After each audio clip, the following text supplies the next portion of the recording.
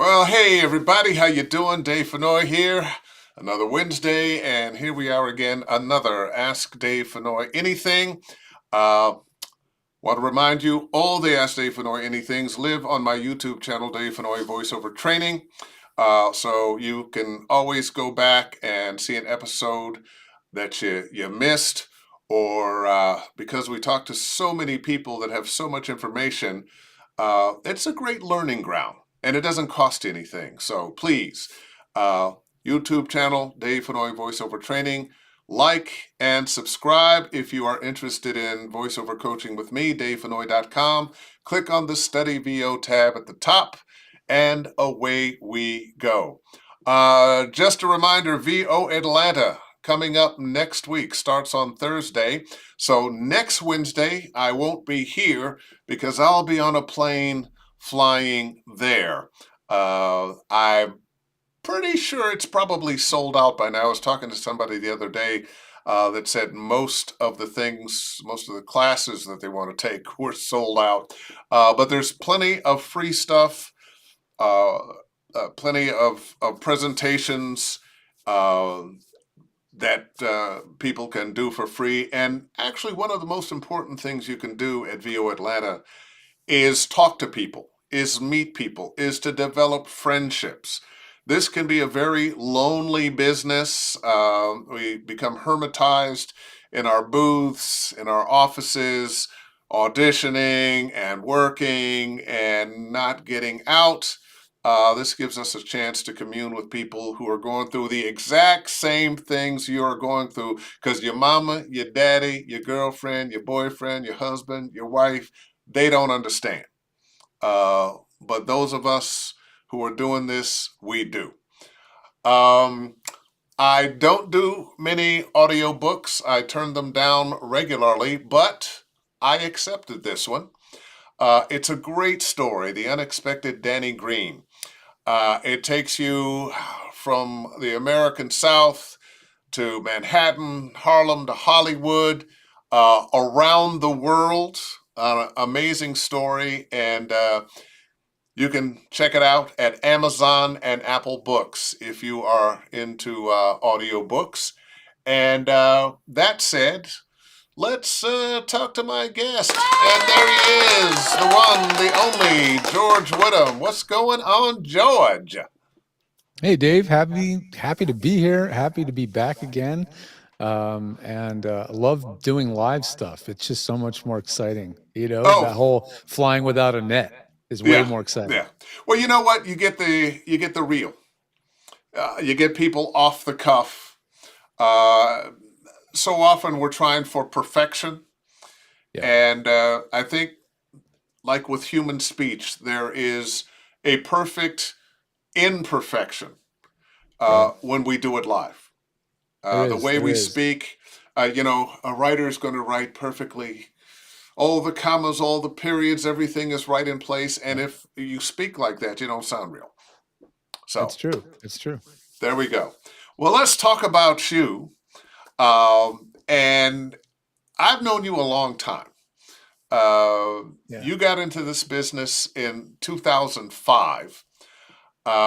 Somewhere, I don't know what year we met, but it was sometime shortly after that, I believe.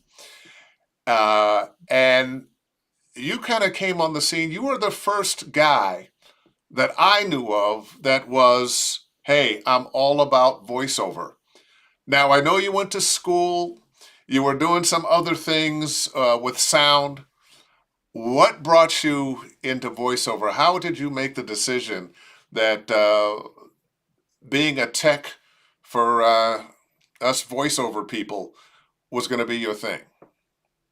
Yeah, it definitely wasn't something I was studying in any fashion whatsoever. Even after college, I was still starting and trying to create a business around recording music on location. So I built a recording truck with my dad's help, and we were doing remotes. We were going to bars, churches, gospel shows. I did a klezmer band at a Jewish wedding. You wouldn't. I recorded everything. And, you know, and so I was trying to run a business doing that. At the same time, to actually make money, I was also doing broadcast radio engineering, covering Eagles football games. And I was doing that up until about 2004. Well, I was doing that until exactly January 2004 when the Eagles lost the championships. And I was like, okay, I'm going to move to California. And that's what Were you so happened. pissed off they lost? Screw this! Well, Screw these birds! I'm going to obviously, California.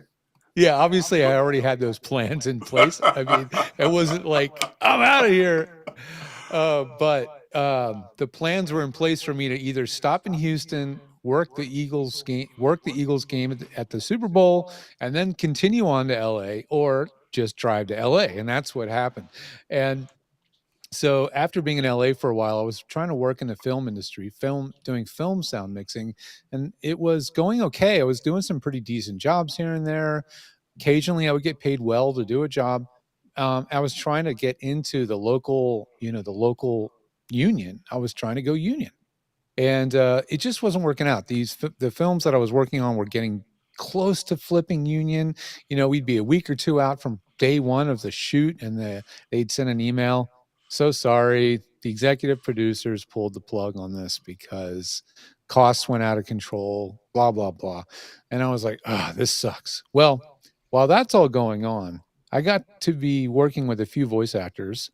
The very first one was Howard Parker. He was the first one I worked with physically in his own studio. In fact, I did that back in Manhattan before he moved to California. So that was 2000 or so. Then I actually got to move on to when I moved to California, he had already been here and he asked me to help him out with his studio in California. Helped him out. He told his manager about me. His manager then told a few others about me, which then became my first few clients: Rick Robles, Rick Wasserman, and Ricky Lee Jones. Just kidding, Melissa Disney. And I'll try to throw another Rick in there. Rick James. No, that would have been cool. and Yeah, well, and, that wouldn't have been voiceover. no. So and Melissa Disney. So they were really the first ones that got me, into this business. But through a weird pipeline of clientele, there's Melissa. Hey, that was Yeah. quick.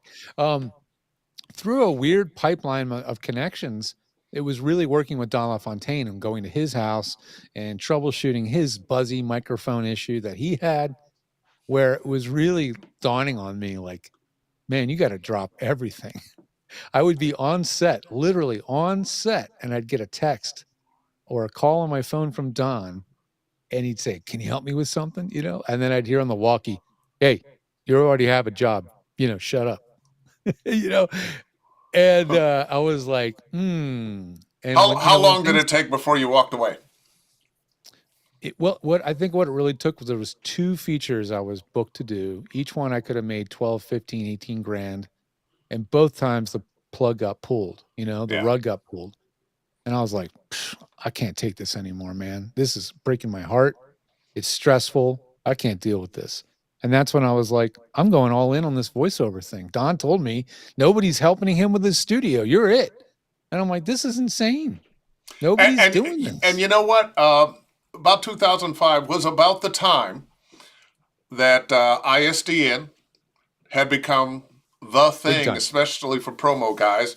I remember it was late '80s or late '90s, early 2000s when I got ISDN because promos were one of those promo guys. Uh, and Don, of course, used to travel from job to job in a limousine. And He once sure did. the ISDN came, and people thought, "Oh God, who's he think he is traveling?" He couldn't have made it to all the jobs he had if he was trying to drive himself, find a parking space, so forth and so on. Yep. Uh, but then he got his home studio, and there you were. And you have just worked with so many people. And of course, Oh, there's we'll talk about that. We saw Melissa Disney, but Bill Ratner, Joe Cipriano, uh, all my buddies. You worked with yeah, me. yep, You sure did. also teach a bit. I don't know where this class was, but this was a picture I I That was snagged at from somewhere. OCU. That's the Oklahoma City University MFA program, which is taught in none other than Culver City. Oh, for Oklahoma. Of Well, course. well, isn't that special? And there's Randy Thomas. Um, Yep. and there came a time when we all had to have, oh, yeah, there's Scott Rummell. Mr. Rummel. There came a time when we all had to have home studios, and you became the guy. There are a few other people now, Hmm. but you became the guy.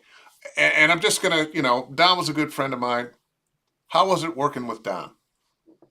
Well, I will be completely clear. It was very intimidating at first, because once his mouth opened up, and it wasn't him talking to me informally. It was when we went. It's when he had to do a session in the booth, and I was sitting in the room where it happens, and the ISDN line dials up, and he does a Simpsons movie spot. And once you, it's one of those, the face and then the voice and then the Simpsons, In a and it word. all clicks, and you're like, I literally was like, oh Oh, my gosh, that's who this guy is. Because I don't Google people's names when I get referred to a client. I didn't Google Don. My friend Steve that referred him to me, he's like, you'll know who he is. I was like, all right. But so at first I was definitely intimidated, but when I got to spend more and more time working with him physically, one-on-one in his home, then I met his wife, then I met his daughters, then I saw home family videos of his daughters, and then we worked on a film documenting one of his kids' theater shows, which was mind-blowing production that we worked on together. That's when we really started to get close, and we were working on projects for fun, not on the clock, just hanging out, editing video, me mixing music and sound for these videos. And that's when we really started to connect and bond, because it was no longer a paid relationship. It became a friendly relationship. And then we really got close. And then he got sick. It yeah, was just like, of all the luck for of his all the luck. family, for me, I was like, damn it. We had such a thing we were going, it was such a shame. It was such a He, shame. when that happened, he did not tell people what was really going on. He said, Right. "Oh, I was doing a biopsy. They nicked Yep. my lung, and it's Yep. healing, and so forth." And I think he knew. Um, we used to run into each other in the studios, and Yeah. once we had home studios, that just wasn't happening anymore. Yep. And I called him up, said, "Don, I ain't seen you in a while, man, and you've been sick. You put out a press release on that. Let me come see you, see what's going on." And I went by one morning, and we spent a few hours, and then lunchtime came. He did a job while I was there, and it was his voice that just did not have the power that it, Mm. it once had. Um, and it was time for me to go. He had a beautiful home, that studio in the basement, and we started up the steps. He got halfway up and had to stop and rest. Oh yeah. He Oh got to the yeah. top of the stairs, and he had to sit on the couch in the living room there. Yep. And I left, and I remember I called my then girlfriend, now wife, Mo, and said, "Don says he's getting better, but I'm really worried about him." And 2 or 3 days later, he was gone. And Damn. I he's, didn't know you were there that close to. yeah, Oh man. Mm-hmm. he is still a personage that is so missed, so missed. Yeah. But let's move on from that. Yeah. I do a lot of teaching. I run into a lot of people at the conventions, and the question with voiceover people nowadays is my studio, my microphone, my interface. Yeah. Uh, what do you think the biggest mistake is that most people who get into voiceover make when they're trying to put together a home studio? My favorite is this right here. The Rode NT1, right? And then they talk into the back of it Oh! all the time. All the time. Because the way it's designed is it says Rode right here, On the back. right? on the back. And why is it on the back? Because they want you to have it sitting like this So when you're someone on a else when can you're on the see. yeah, when you're on a podcast and they want their name to be on the show. They people don't know the secret of the Rode is whenever there's a gold dot, that's the front of the mic. So I cannot tell you how much money I wish I tallied it up and put a tag in my system saying this was a mic wrong direction gig today. But I even more, I actually just had one that was like this. The guy was doing it like this, which is in a way almost more forgivable because he was a 416 guy. So this was his first large diaphragm studio mic. And so he just plain didn't know. Somebody said to get that mic, just get it as an alternative to the 416. And he So set he. it up like this. Why would you go to a road from a 416? It's a great point. Why would you go to a road?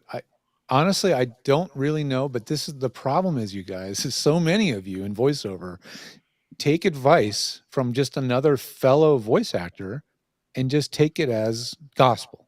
You know, like someone says, I should get this. And so you get this. You don't spend any time researching.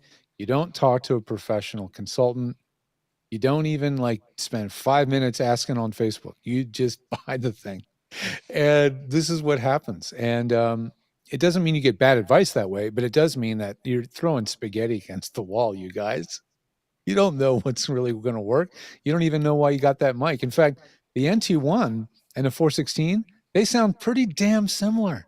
Yeah. Like really similar. Like we did a shootout years ago on my show, Pro Audio Suite, and we were like blown away with how similar the NT1 sounded to a 416. We were A being and so yeah, Well, it's just it's interesting because when people ask me what mic to get, well, what's your budget? And for people who are starting out, because often people try something out and it doesn't work out, I tell them to get the Rode NT1, not the 1A, but the Rode yeah, NT1 because it is such a good mic for the money. it is. It's a good mic, honestly, period. It Yeah, really, I mean, they Rode the way they manufacture stuff in Australia, they have a highly automated system that can reproduce mic after mic with the same tone. They match each other very well. And whereas Neumann is still doing things the classical way, which is handmade. handmade. It's time consuming, it's costly. The mics are amazing, but they're just so much harder to make that way, you know? So they're very, I mean, you can go into a Best Buy and get this mic now. Wow, Best Buy, wow, right? and, So and Rode is Amazon. none. And Amazon and Target. My girlfriend sent me a link. She's like, "Hey, look, honey, I saw Rode, and don't you use Rode stuff?" Because I have a Rodecaster mixer, and I was like, "Target?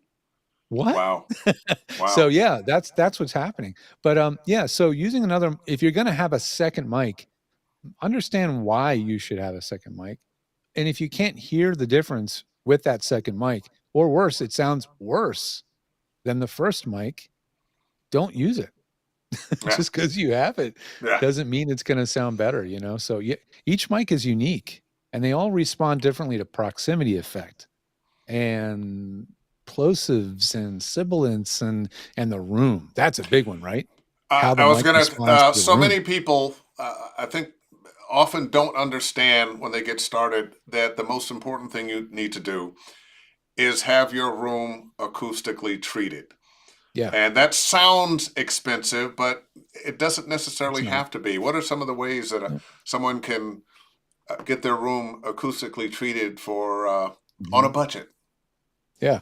So a lot of folks will start off in a closet. And the reason they'll start in a closet typically is because it's the quietest room they can find in the house. It's usually doesn't have a windows. Now you usually will have a door that you can close, and then that you close the door to the bedroom or the office, and you're kind of sequestered from the rest of the house to a And degree. it's full of clothes. And it's full of clothes mostly. So for most people, if you have a closet large enough to stand in and still have all of your clothing in there, that's a really good place to start because all those clothes act like gigantic acoustic panels. Really, really thick Yeah, ones too. yeah. Like think about like your clothing hanging on the wall. It's like what, 18 inches thick at least, right? Well, So those work 24. really well. Mm-hmm. 24. When you it's 24 inches Mm-hmm. from one edge of a shirt or coat or pants, and yeah, Exactly. Yeah, so that's why those work so well. And so one of the things that happens is sometimes people will want to convert their closet into their voiceover booth, and they'll take everything out of there. And so now they have a blank slate, and they start to realize that it's not just a matter of throwing some moving blankets on the walls when you're in a closet, because closets are narrow and long in many cases, and they have issues with that. They have standing waves. The sound bounces back and forth, left to right between the closet door and the wall. So the first thing to do if you have one of those sliding closet doors is open the door. Do not close the closet door. Keep it open, and that works tremendously better. Leave the door open and hang a heavy blanket or sound curtain over the opening of the door. That works a lot better too, because it's not because a hard surface. yeah, exactly. You're not creating this contained, constrained, hard walled space where sound doesn't escape. You want it to bounce off the wall on the right. Let's just say the hard walls on the right and the doors on the left. You want the sound to bounce off the one wall and escape out through Yes, the wall, out the other side. So those are things you can do, and that's very cheap stuff. You sound blankets, moving blankets, furniture pads, uh, producer's choice. There's all kinds of brands of sound blankets that work decently well when used correctly, yeah. you know. And so My that's the my first place only most people issue go. with sound blankets is when you're working with clients, and it's a Zoom call and they can Hmm. see you. It sometimes does not look as professional as you Yeah, might like it to be. yeah. Sounds great, but we are visual creatures, and sometimes, oh well, that was kind of what were those blankets back there? That looks cheap. Well, God forbid you have quilts, Yeah. damask quilts, Well, I which don't people know. have used too. I used to have some beautiful quilts that my grandmother and her mother had Yeah, made. yeah, yeah. They're still down in the old house in Texas. Um, I'd put Uh-huh. those up proudly. Yeah. Well, I'm there you not go. sure how Times well they'd work, but I'd put them up times proudly. they've changed. Yeah. No, or they use that yellow bed foam, and that's what's behind you, on camera. Ah, That's okay. not the great. Yes. That's Yeah. not the greatest thing, but I mean, technology is making it easier to get away with murder now because you can do fake green screen, you can blur your background, you can get away with things you couldn't get away with before. But yeah, keep in mind what's going to be seen on camera. And a lot of times people do get directed on camera. It's when you're learning, not so much, but as you rank up and you start doing live direct sessions or animation stuff, you're going to be on camera for sure. For that. That's for Yeah. sure. Yeah. Definitely. Hmm. So, a list of microphones you would recommend people. We know the Rode NT1. Hmm. I always think of it as the perfect first mic. Yeah, pretty But good. It's what? pretty hard to fail that one. Yeah. Yeah, if you had to choose, say Hmm. five mics that most people would love. Another mic that is not your typical voiceover mic, but has gotten way more respect over the years. And again, price point is the Audio Technica AT875R. 875R. That mic is not the cleanest and not the lowest noise mic out there. The NT1, in comparison, is super clean. But what it does do well is it sounds very nice with most voices. It's not overly hyped, it's not overly bright, and it's not boomy. It doesn't have a lot of low end. And what that means is most people are in a booth or in a closet, and that mic will not exaggerate low end, which is most people's problems. Most people end up with this boomy sound, and that mic, because it rolls off the low end, doesn't do that. So that mic is great, and it's a shotgun mic. So once you learn that microphone, the next phase for a lot of people will probably be a 416. And some people will actually bring that mic as their stunt mic for the stand-in mic for the 416 when they travel, because their tones are not terribly different. They're not the same, but they're somewhat related. You can interchange them. So that one's good. Um, I've been dealing with a brand that is really giving Neumann a run for the money lately at doing great sounding mics that are really good values, and that's called Austrian Audio. They make Hmm. one that's just off to my left. It's called the OC818. Now, this was their flagship mic for a really long time. They just launched one that's three times the price of this. So they're like, oh, that's the Oh, we Halo can make mic. some money with this. Let's go. Yeah, exactly. They were like, "Oh, people will spend anything for a mic if it's cool." But anyway, this one is around the price of a TLM 103. And but it's got the feature set of the AKG 414. I don't know if you remember that mic, but it's a famous studio mic over these years, and Audio. it has What? all the switchable patterns, for cardioid, cardioid omni, etc. And it's got a variable high pass filter that you can dial in for your room. And it's a twin capsule mic, which what you'd expect. But its little trick up its sleeve is you can use the second capsule through this connector on the back, and now you can record both capsules.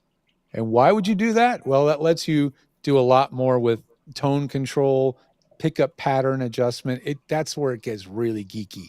I was going to Almost say nobody I know. it's already really geeky for me.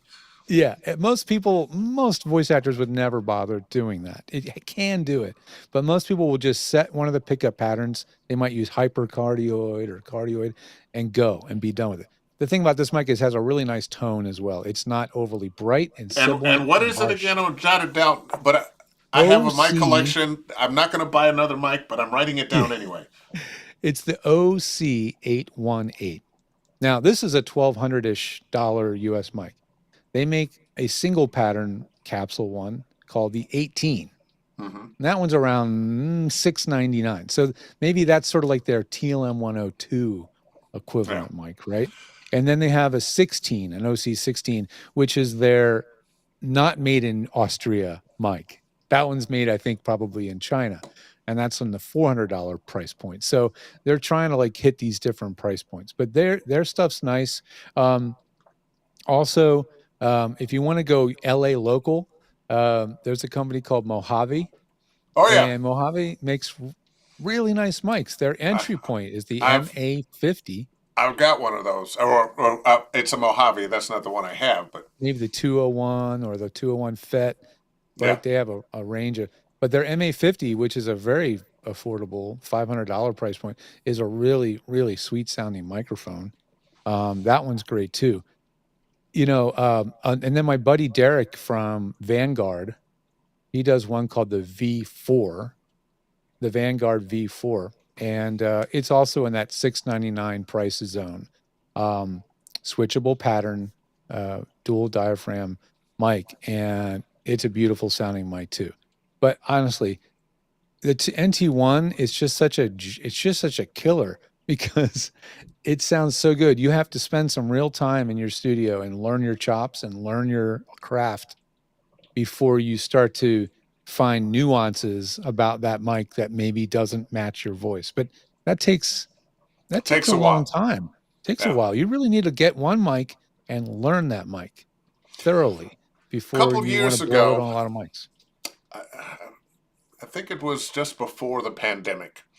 I got booked in a studio in Hollywood, and they had an NT1 hanging in the studio. I had never seen one before. I'm used to the 416, the TLM 103, Yep. the U87, uh, sometimes the C 414, the AKG, but I had never seen that. It Yeah. was amazing. It was amazing. Yeah. Yeah. And the first one they made was plastic. It was a What? plastic mic. So if you see the first gen, it'll be a white plastic bodied mic. So they've come a long way. I'm also keeping my eye on the chat because I can't help it. And I noticed Tony mentioned something called the Roswell K87. Let's And that's see. another one that's been new on my radar. And that one is actually a really, really good mic also. And that's at Speak. that sub $500 price point as well. And that's a nice one. I'll tell you what. Let's get to that chat. And well, there's Tony. He may have put in something else. In It 2015, I was earned my down degree in way at the commercial bottom. music, recording engineering, but had to take a day job right out of the gate to support my family. What would your approach for getting into audio be now? Well, Tony, you're way smarter than I was because you took a day job. um, ever since I got out of college, I was a solopreneur. I did gigs and I did work for, CBS covering doing the radio gig for a short time. But I've been a gigger my whole life, and it's hard. It's freaking hard. So smart on you to stay with a day job for quite some time if that's what it takes. Well, Um, I think success takes hard work and luck often, being in the it right place at does, the right time, absolutely having does. the right skills, knowledge that line up with an opportunity that shows up. And looking at the world of voiceover today, could you have imagined when you got into business in 2005 that there would be this many people needing services for home studios? No, I mean I was studying the craft of recording engineering in the '90s, so '92 to '97. So that was even more removed from the home studio digital, revolution, right? So, no, I would never would have predicted that. But to really answer your question, Tony, I honestly, I don't, I hate to say it, I don't know the answer to your question. What would be your approach for getting into audio be now? I don't really know, but I would say really find you have to, unless you're going to go get a gig or a job working for a company, if you can find that, you have to find a hole and fill it. That's how entrepreneurialism works. You have to be an entrepreneur mindset. You have to find something that's not being done or done well and do it better than everybody else. That's how you succeed in any field, including audio. Find something that's not being done well. Find something I'm doing and that you could be doing better and market it. That's that's how that's what I can tell you. I mean, that's Or really the if you crux of are the in business. another location. Now, you can do a lot of things giving advice to people who are not here. Hmm. But if you have to go someplace, help somebody with a build, help somebody set up their equipment. If they're in Columbus, Ohio, if they're in Atlanta, you're not there. So there are opportunities for people to do much of what you're doing. All right, let's Sure. keep it moving with LC Brodus. Good evening, my friend Dave, and hello, George. Definitely have VO Home Studio needs and questions. Ugh! Please, if money is low but want to represent as a true pro, I really am. What to get? Well, What what I go ahead, Dave. I was gonna say when she says what to get, mic, interface, computer. Uh, Don't get a USB mic. It's not that you can't use a USB mic. They sound great when they're used correctly if you know what you're doing. I look at USB mics as a problem solver for someone that wants something ultra portable, ultra convenient, but it's not. I would not get that mic first, even if it can work and even if it sounds good.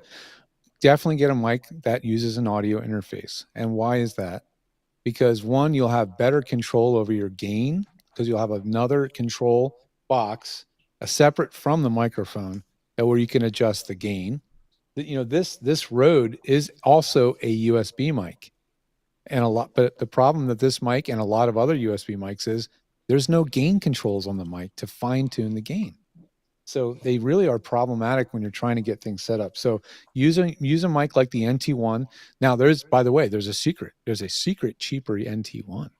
It's called the Signature series or Signature edition or something. And what they did was they took the NT1 fifth generation, this one here, and they took out the USB part just to keep it even more affordable. So that one's like 159 bucks.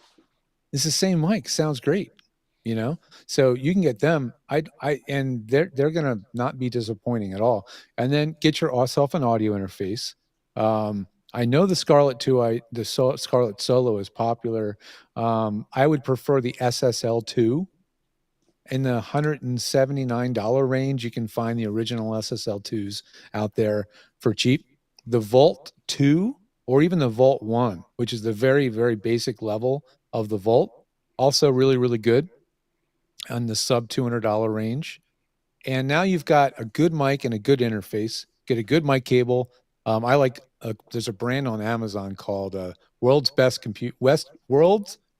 Cables, WBC, and they make extremely good $30 mic cables. So I like their stuff. And honestly, I'm going to drop a plug. I have a web page called Gear Recommendations. Just go there Yeah. because I have listed out so many different price points of mics, interfaces. I have those cables on there. It's really a one stop. You don't have to buy what's on there. They're basically all Amazon affiliate links, right?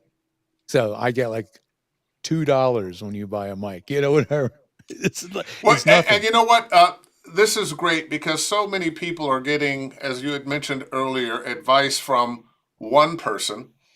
Yeah. And sometimes it's somebody who they found this off-brand mic and this off-brand connection, Yes. and if you put this together with this and this, it sounds the best in the world, but it's Yeah. not going to work for everybody. It It's not going to work for everybody. And the next one the one that your friend buys may not work like the one that you bought because that stuff doesn't go through tons of testing. It doesn't go through a lot of quality control.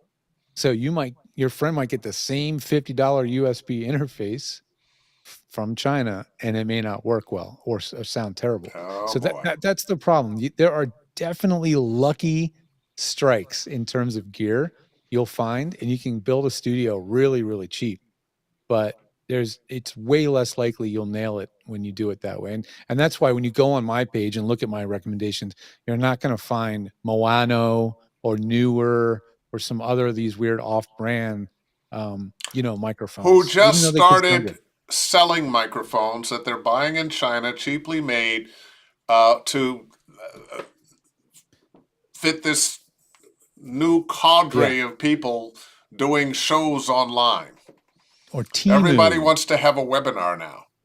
Yeah, or Timu. Do not buy microphones Oh, from don't Timo or buy AliExpress. anything from You Tumu. go on AliExpress, there are TLM 103s on there for like $79, and they are total garbage fakes. Oh, yes.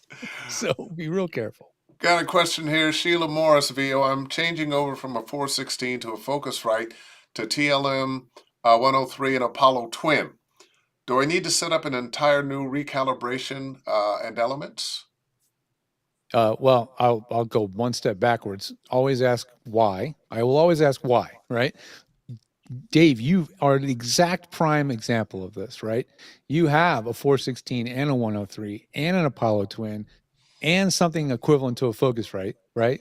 Yep. What are you using happily today to record in your booth? A 416 into, in your case, the Volt, right? The Volt Yeah. 2.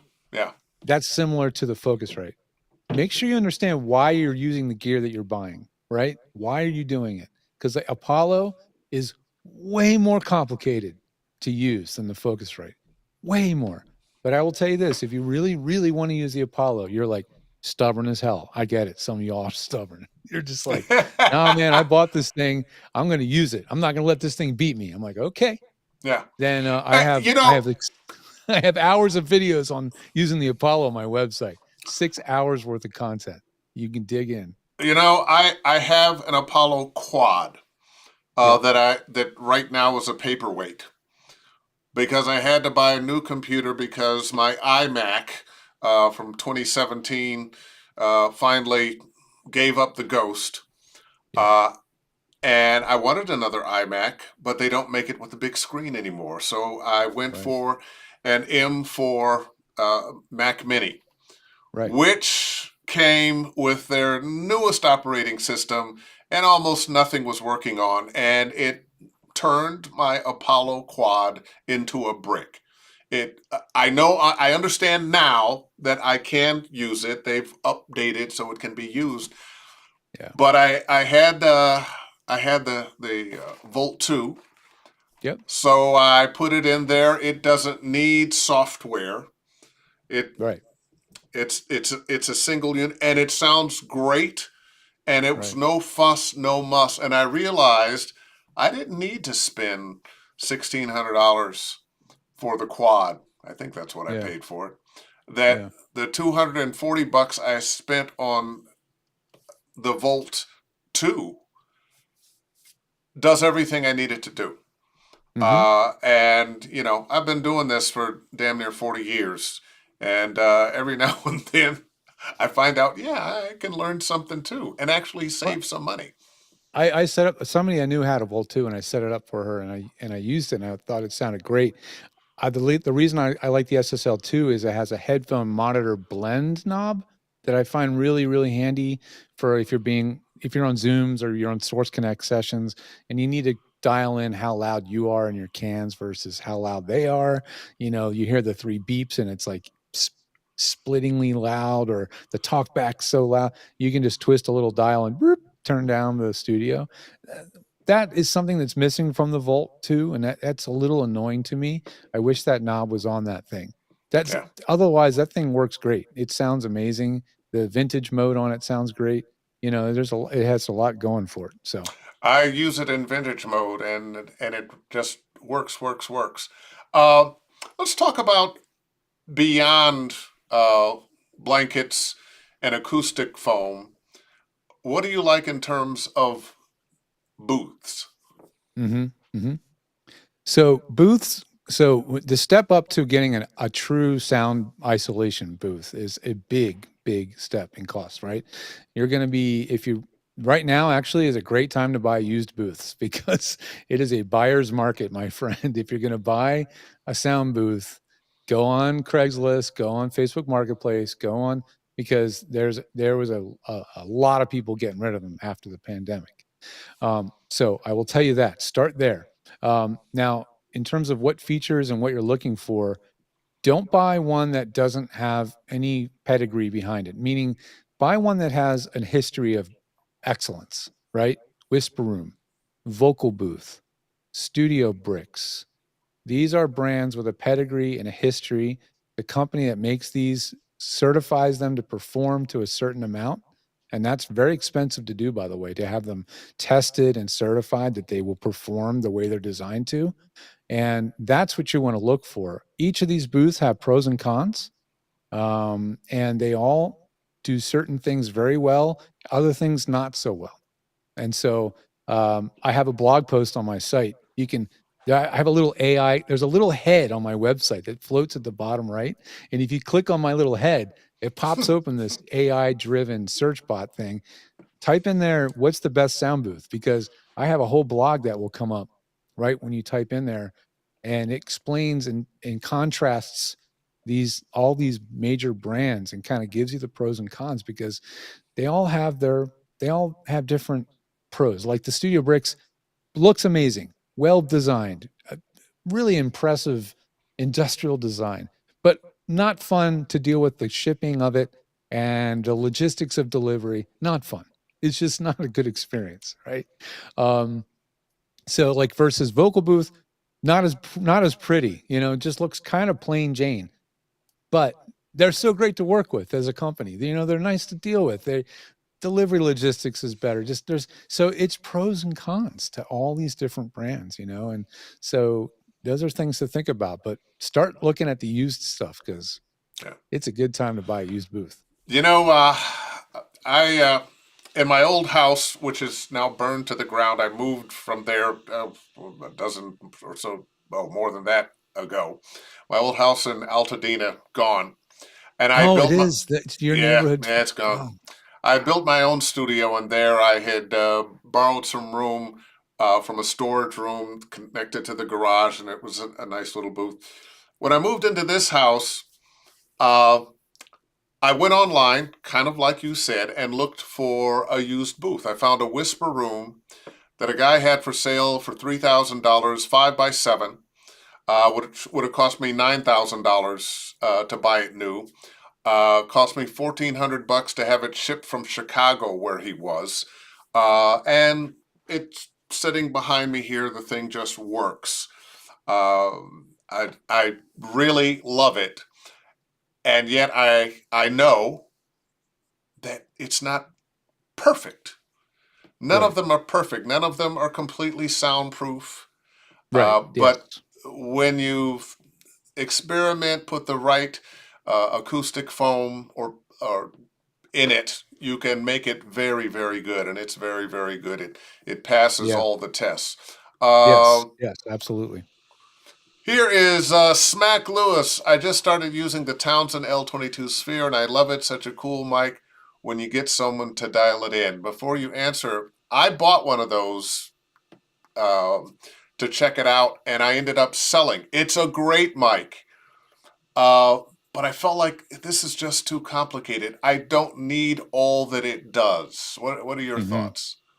Yeah, it is complicated. It is great for someone who loves technology, or it's great for somebody who has a trustworthy tech who will tune it in, and then you trust yourself to not keep fooling around with it.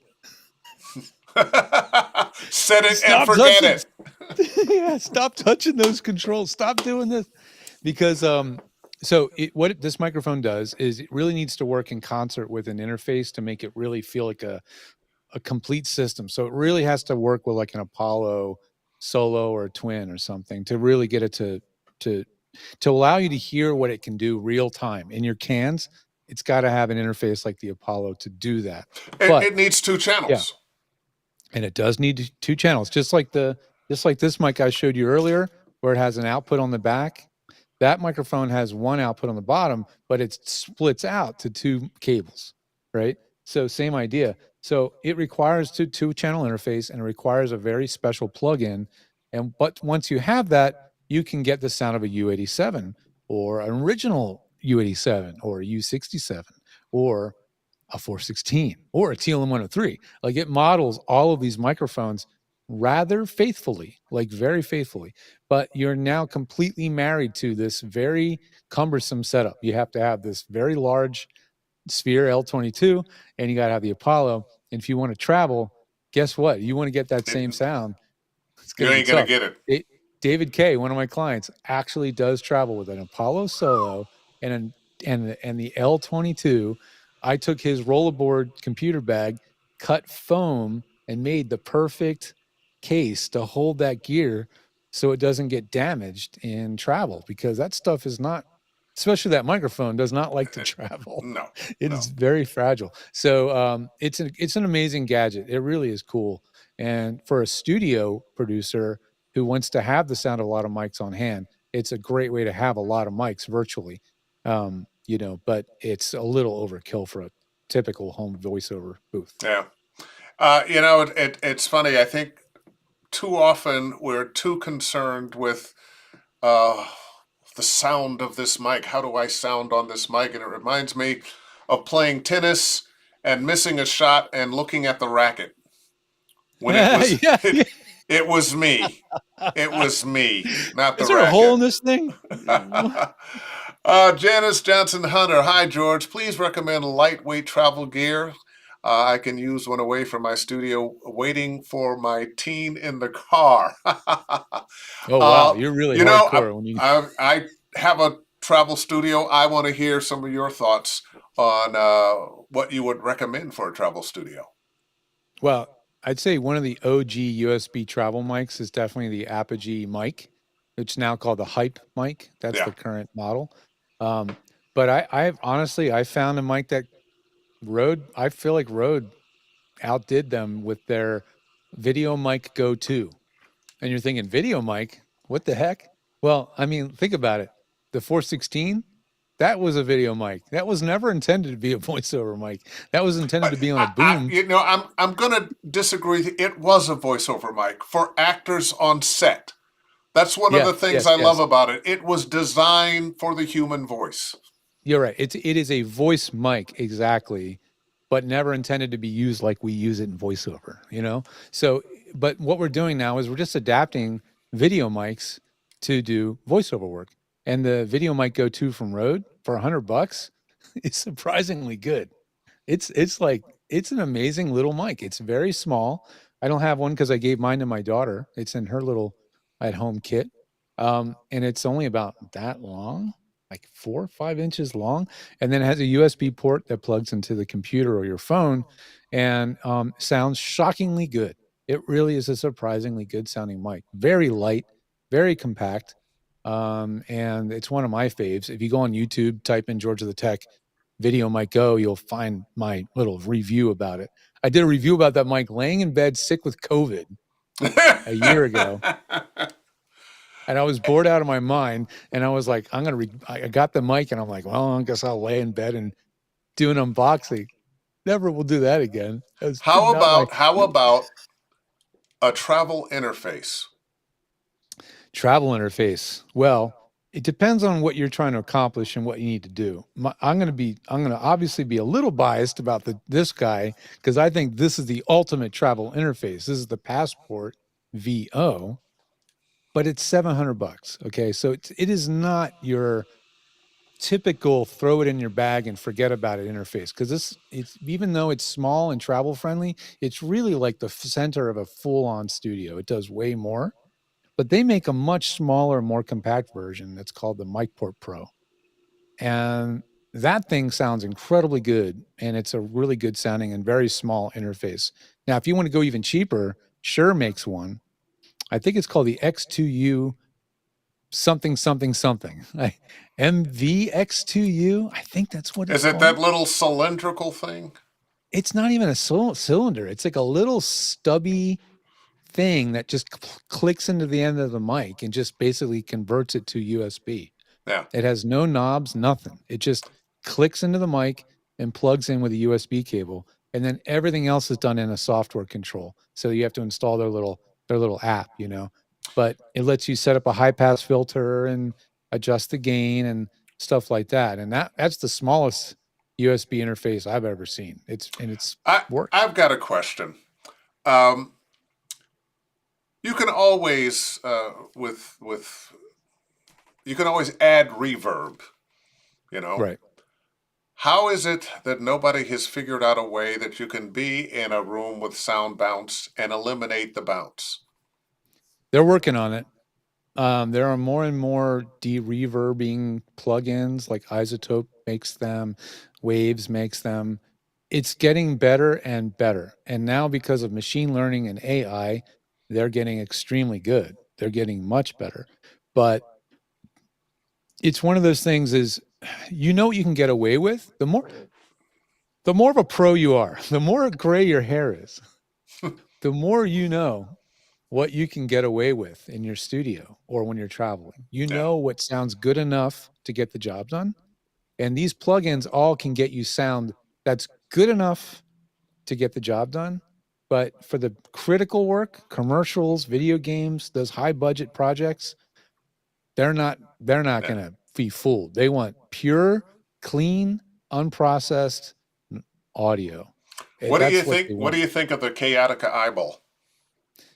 I have not found a really good use case for it. I've heard the occasional user that gets good audio, and I'm like, whoa, that's a chaotic eyeball. Wow, holy cow! Like somebody sent me a file of a Yeti, which is this big fat USB microphone that looks like R2D2, somehow shoved into the small hole on the Chaotica, and she had it in her closet, and I was like, are you kidding me? Are you sure that you Yeah, got to send me a picture? it's It sounded amazing good. sometimes a freak accident will come up with great sound. It's true. I have had good success traveling with a Chaotica eyeball in a Which hotel mic? room. Uh, Apogee? the Apogee, yeah, the I height think mic. that's a decent combination because first of all, that microphone is super plosive sensitive, man. It is so easy to pop. So when it's inside that big eyeball with that nice double layer pop screen it has, it helps the mic work better, I think. And so that probably is a use case that makes sense to me. But when I see a $3,000 87 or $1,000 103 shoved in one of those, I kind of makes me hurt a little bit inside. Um, I'm like, no, no, no, don't do that, don't do that. But hey, there's only one rule with gear: if it sounds good, it is good. There you go. Uh, you're going to be at VO Atlanta, right? I am, I am. I'm Okay, doing a and breakout and a next oh, session. that's you, George the Tech. My VO session at VO I- Atlanta still has seats available. How can that be? it's true. How can that be? Yeah, it's Um, true. other than your ability as an actor, as a voice actor, having the right equipment and knowing how to use it, probably one of the most important things. Let's see, Logan Williams popping up, another great broadcast. Oh, thanks, Dave, and thanks, George, for sharing. Yeah, this is a lot of great information. I'm just scoping through here. I became disabled in 2017. After I cried a Mm. ton of tears, I went into voice acting. I do have disability to help, but I'm a gig gal. I'm 60. Any suggestions, gentlemen? Is 60 too old? No, No. it's not. And honestly, the more idle time you have, the better because it's a very time consuming path to go. But if you enjoy doing it, it's a great way to spend your time. Like if you can't do the things you used to do, um, being if I don't know, I don't want to get into the details of your situation, but if let's say you're wheelchair bound or even if you're blind, there are a lot of successful voice talent with all sorts of disabilities or inabilities or injuries or whatever. The thing that's very hard to do is if you have actual breathing and windpipe and trachea and voice box issues. There are a few niche voice actors who have very unusual voices that do book and do work, but they can't book on a regular basis. They're not going to be as versatile. It They're not has going to be what they're looking for. exactly, exactly. You know, and so I've worked with some folks with very unique voices, and that can be challenging. And if you have trouble breathing, and that might just slow you down so much that getting work done is not going to work for you. But again, if don't look at it as like if I can't succeed in this career, I'm never going to succeed in life. Look at it as a really cool hobby at first and then start taking it seriously and you never know. You know, you might Yeah, turn it into a career, but don't start out right out of the gate like I got to make this work or I don't know what I'm going to do. That's not the way to get started in voiceover. yeah. Rolanda Watts.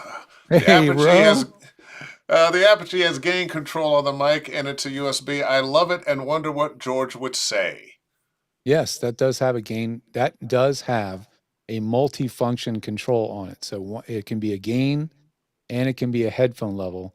Um, I think it's a great sounding mic. I just find it fiddly to use. Like I've seen people get frustrated going, wait, I want to adjust my headphone level. Oh, it's adjusting the gain because anytime one knob does more than one thing, it can be a little bit frustrating to operate. But sound quality wise, no problem. I Yeah. during the pandemic, those things got shipped out by I think it was Nickelodeon. Don't quote me on that. And it went out with a bunch of laptops to a bunch of talent. And they were like, just log in, turn on the computer, we'll remote control everything from here on out. And you just stand in your booth and talk. And they were using that they were using the hype mic doing commercial cartoons. Wow. There you So it go. is still a good sounding mic. Benjamin Ruiz. Hi, guys. I bought a Focusrite 2i2 with an Audio Technica AT 2020 14 years ago. Wow. Yeah. Made an awesome amount of money with my voiceover recordings. Upgrade I want, but make the best of what I have. You know, if Yeah. it's working, great. I think one of the things that happens, I know with me, I made enough money that I could buy and sample other Yes. mics, and now they sit in a closet, most of them, because the two mics, the 416 and the 103, which were the workhorses I used, are still the workhorses I used. Right. Let's see. DF Raisin right quick. Hi, George. I'm putting together a studio to serve both my musician and VO needs. Any suggestions for a tube pre that won't break the bank like an LA 610? Currently using an art voice channel, but looking to upgrade. I got to tell you, man, I'm not the one to ask because I don't like tube stuff because of the maintenance and the inconsistent sound. But music is a different thing than voiceover. Voiceover, you need stuff that sounds exactly the same every single day, no questions asked. You need consistency. You need something you can count on in the clutch. And that's why I don't recommend tube stuff because tube is not solid state. Tube changes its sound over time and at some point will just fail. And It will that's not change. It something. will change during the day, depending on how long it's been on. Yeah, Uh, yeah, and you yeah. So know, I don't, not a big fan of that stuff. I am not. I used to have a couple of different tube preamps. I and I got rid of them. One every year or two, you got to replace the tubes. Hmm. Hmm. Something happens and something's off, and all of them can be replaced. All these preamps can be replaced with computers now, with I know with plugins.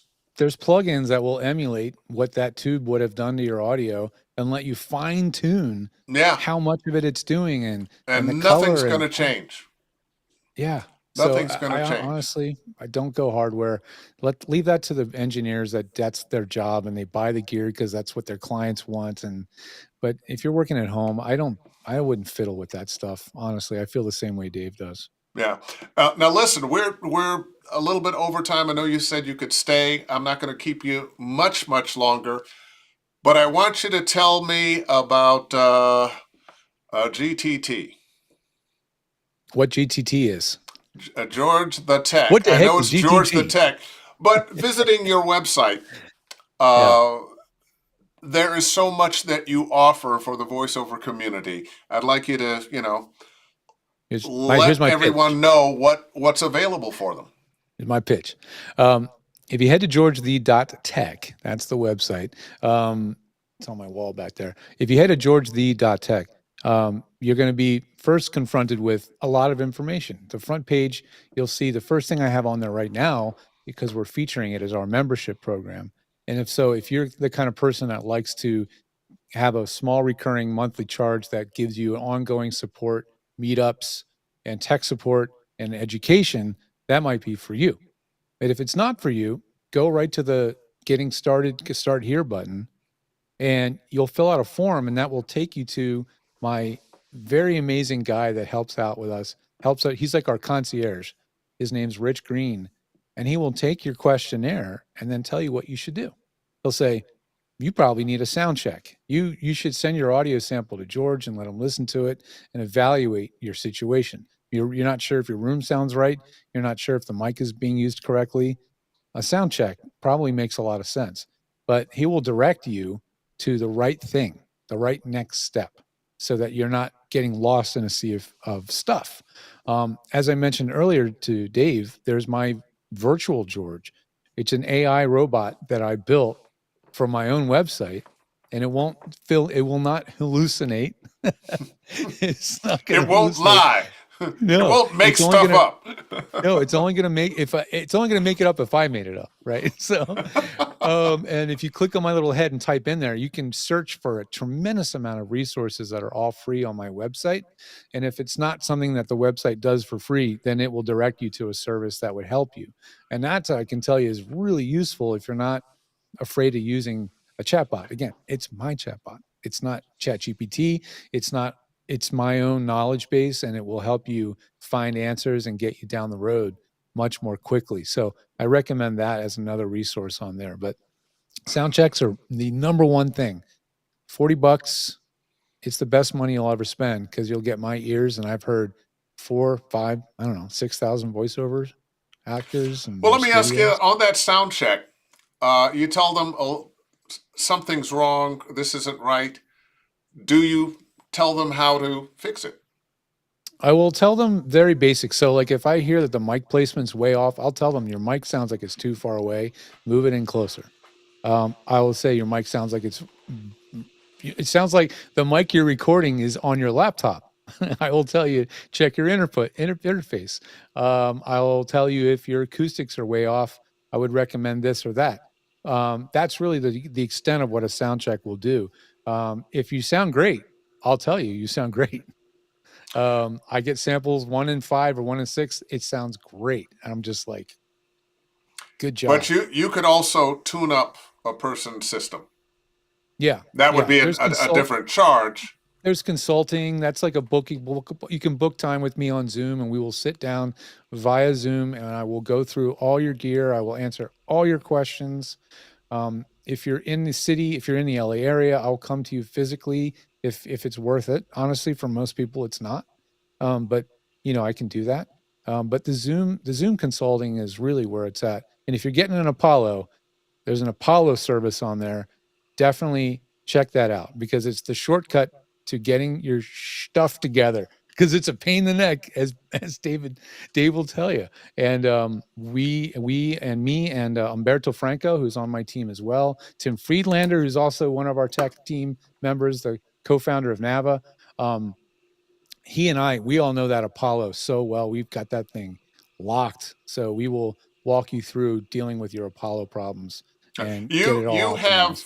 you have a great crew of people. I do. I do. Yeah. I do. I do. The guys that we work with, and we have one lady on our team, Tina, out of Colorado. All of them amazing people, just in their own right. All experts in their fields, and that's the thing. I want to be surrounded by people that know things I don't know. Like we all overlap each other in certain ways, but I'm not going to say I'm the top guy for Pro Tools. I'm not going to optimize your Pro Tools workflow. That's not me. I can set up a Pro Tools preset that sounds amazing, but I'm not going to teach you how to be a Pro Tools whiz. That's Robert Marshall or Tim Friedlander. Those guys live and breathe Pro Tools all day long, right? So we have a great team. You can book anybody on the team through our website. Their schedules show up on there. And I'm going to be busy for the next week and a half. I'm going to be on the road. I'm flying to North Carolina on Saturday to Charlotte. I'm doing a meetup with Charlotte Voice Talent. If you're in that area, hit me up. And I'm going to be driving all the way around. I'm going to be driving all the way to the coast to Wilmington, back across to Greenville, South Carolina, then down to Georgia. I'm going to be on the road for 10 days and doing VO Atlanta. So if you can't get a hold of me, that's why we have a team. And somebody else on the team hopefully will be available to give you a hand, like Mike McGonigal as well. He's on our team too. So it's all about the team. There you go. And we are lucky to have you, George, and your team, because, man, this business of voiceover is just expanding, expanding, expanding. All the audiobook narrators, the people getting into this business. We need you, brother. We need Thank you. you. And I need you. I need you. I'm here because of people like you, Dave. I'm here because the voiceover industry continues to thrive, and I know that there's things that are threatening the longevity of this business, but people are going to continue wanting to work with people. Yeah, Full stop.